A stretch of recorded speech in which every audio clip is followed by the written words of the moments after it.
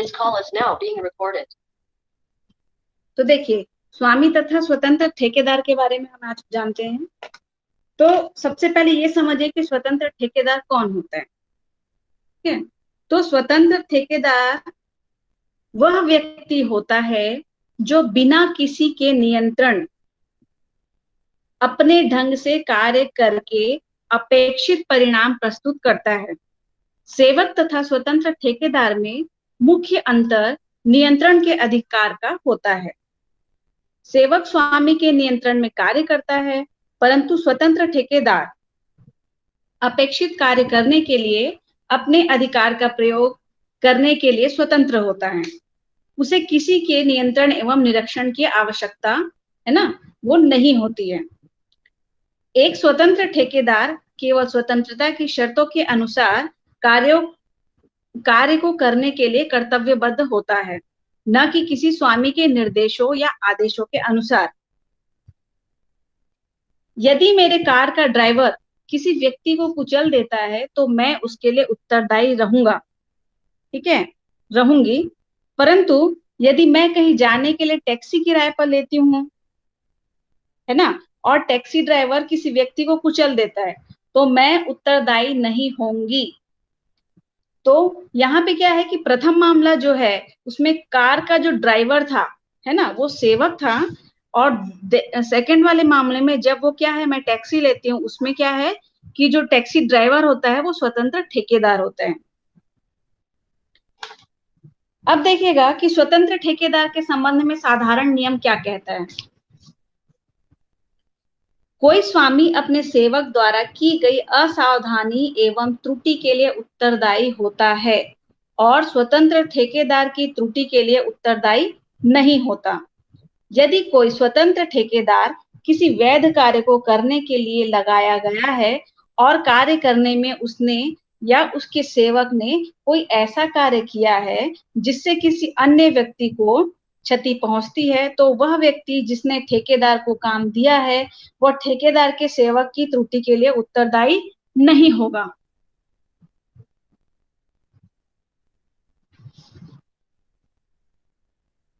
इसमें जो केस है आपका Reddy versus L&N W railway, इस मामले में रेलवे कंपनी ने रेलवे लाइन बनाने के लिए किसी ठेकेदार को काम पर रखा। ठेकेदार के एक नौकर ने लोक मार्ग पर पुल बनाते समय एक पत्थर गिरा दिया, जिससे मार्ग पर चलने वाला व्यक्ति आहत हो गया। मामले में यह निर्णय किया गया कि प्रतिवादी यानी कि जो रेलवे कंपनी थी वो दायी नहीं है। दूसरा केस यहाँ पे देखिएगा, DJ आचार्य वर्सेस रतिलाल। इस मामले में गाड़ी लाने के लिए गैरेज मालिक के निर्देश पर चाबी मैकेनिक को दे दी। मैकेनिक ने रेस्पोडेंट को दुर्घटनाग्रस्त कर दिया। न्यायालय ने कहा कि अपीलांट जिम्मेदार नहीं है क्योंकि दुर्घटना के समय कार चालक का कार्य स्वतंत्र ठेकेदार के द्वारा किया जा रहा था। अब देखिएगा कि जो मॉर्गन का केस है, मॉर्गन इनकॉर्पोरेटेड सेंट्रल काउंसिल के वाद में वादी प्रतिवादी के परिसर में विधिक रूप से दर्शनार्थ गया हुआ था। वहां एक खुले लिफ्ट के किनारे से गिर पड़ा और उसे काफी चोट आ गई। प्रतिवादी ने लिफ्ट की व्यवस्था के लिए एक स्वतंत्र ठेकेदार कर रखा था। यह निर्णय हुआ कि स्वतंत्र ठेकेदार की उपेक्षा के लिए प्रतिवादी दायी नहीं है। ठीक है, तो आप ये सब जो मामला देखिए उसमें क्या बताता है, ये बताता है कि इसमें जो स्वतंत्र ठेकेदार है जो अपनी स्वेच्छा से अपने नियंत्रण के अंतर्गत में काम करता है ना, तो वो उत्तरदायी नहीं ठहराया जाएगा, क्योंकि उसके लिए उत्तरदायी कौन होगा, स्वतंत्र ठेकेदार। ठीक है, अब हमको ये टॉर्ट्स में क्यों पढ़ना है उसको समझेगा। देखिए, इस हर कोई चीज का एक अच्छा चीज होता है और एक बुरा पहलू होता है कि नहीं? तो यहाँ पे जो हम ये जो पढ़ने वाले हैं, ये जो अपवाद है, ये एक उसका बुरा पहलू है। कैसे हो सकता है बुरा पहलू? यदि आप कोई ठेकेदार नियुक्त करते हो, है ना, तो अगर आप नियोजक हो, है ना, नियोजक बोलो या स्वामी बोलो, ठीक है, नियोजक या स्वामी, आप कोई ठेकेदार को नियुक्त करते हो, पर कौन से काम करने के लिए? अवैध काम करने के लिए।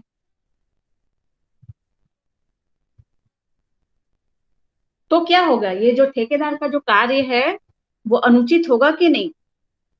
ये तो गलत काम कर ही रहा है, साथ में आप जो हो, आप भी गलत काम करवा रहे हो, है ना?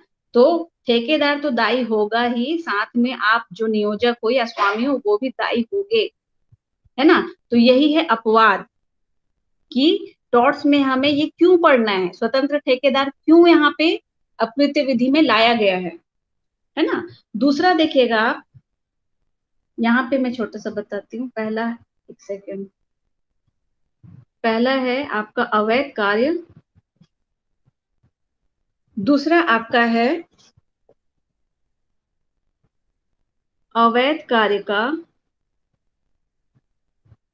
अनुसमर्थन।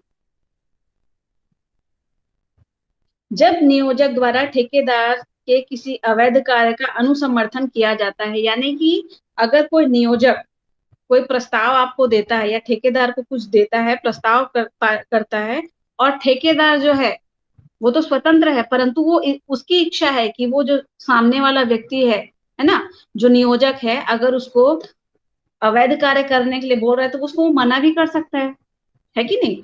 तो अगर आपने मना नहीं किया, उसका अनुसमर्थन किया, तो उसके लिए भी आप तो दायी होगे ही होगे, साथ में नियोजक भी उत्तरदायी होगा। तीसरा पॉइंट है इसका कठोर दायित्व का सिद्धांत।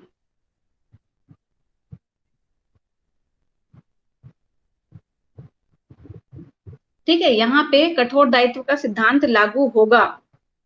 कठोर दायित्व के सिद्धांत आगे चल के डिटेल में पढ़ेंगे, ठीक है? ये बहुत मोस्ट आईएमपी है, कठोर दायित्व का सिद्धांत। चौथा पॉइंट है आपका, जब मामला राजमार्ग तथा सार्वजनिक मार्ग पर संकटपन्न स्थिति में संबंधित हो, यानी कि राजमार्ग आपका और सार्वजनिक मार्ग पर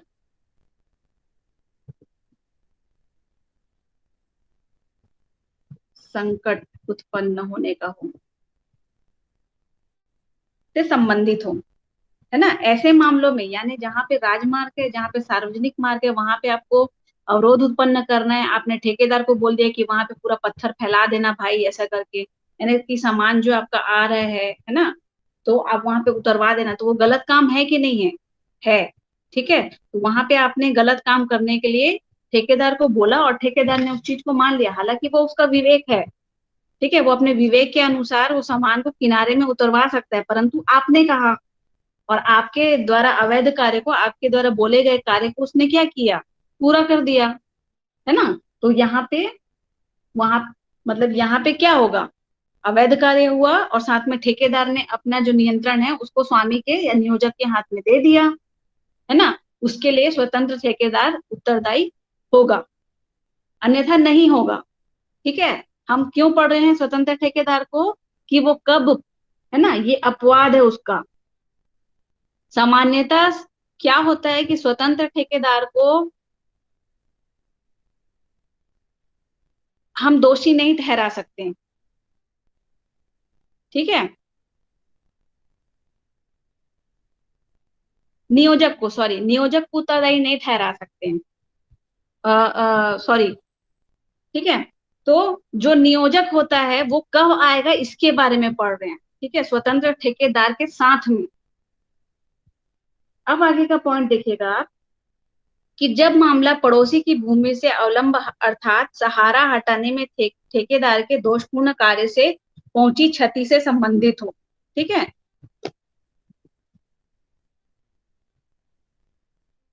मामला पड़ोसी की भूमि से संबंधित हो, देखिए कभी कभी ऐसा होता है कि हम घर बनाते रहते हैं और दूसरे के घर का सहारा लेके ऐसा जो आस पास बल्ली उल्ली टिकाते हैं, है कि नहीं? तो उसमें अगर ठेकेदार है, वो अपने विवेक से काम नहीं लेगा, है ना? अगर वो आपका जो नियोजक है वो बोलता है कि नहीं भाई ठोक दे पीट दे, है ना? जैसे मान लो बांस को फंसाने के लिए सहारा चाहिए तो गड्ढा करना पड़ता है, तो एक हमारे में करते हैं दूसरे के में भी करते हैं, है ना? तो अगर नियोजक ऐसा बोलता है तो वो गलत कार्य है, तो पड़ोसी की भूमि को या पड़ोसी की संपत्ति को नुकसान पहुंचाता है, तो यहाँ पे क्या होगा, नियोजक उत्तरदायी कहलाएगा।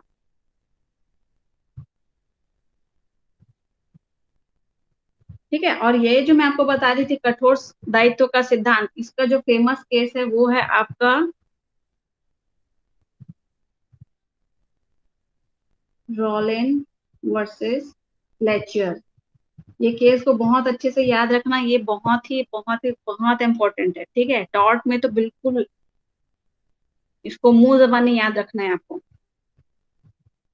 इसका मैं छोटा सा एक चीज बता रही हूँ आपको कि ये कठोर दायित्व का सिद्धांत क्या है। कठोर सिद्धांत का जो दायित्व है वो एक स्वतंत्र ठेकेदार के कार्य के ऊपर है यहाँ पे, है ना?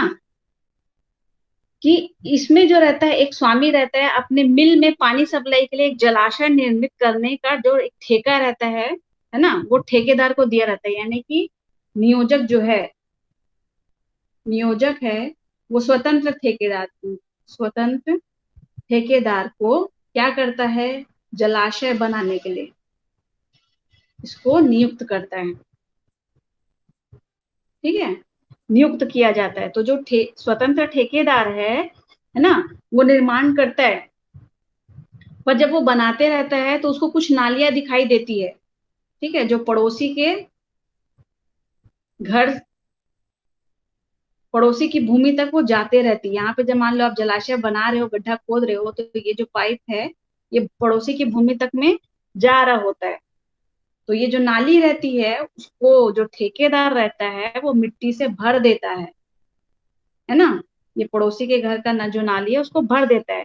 तो ये जो क्या होता है कि जब इसमें पानी भरा जाता है ये जलाशय में, तो इसका जो खान रहता है, मतलब ये पूरा केस नहीं बता रही हूँ, पूरा केस बहुत बड़ा है, आगे चल के हम पढ़ेंगे, है ना? तो इसका जो खान रहता है वहां पे वो पानी भरने लग जाता है, यहाँ से रिसता है जब पानी जलाशय से, तो इसमें भर जाता है। ठीक है, तो इसके लिए स्वतंत्र ठेकेदार को उत्तरदायी माना जाता है, साथ में नियोजक को भी माना जाता है। ठीक है, अब आप मुझसे पूछिए कि आपको कुछ तकलीफ है या कुछ समझ में नहीं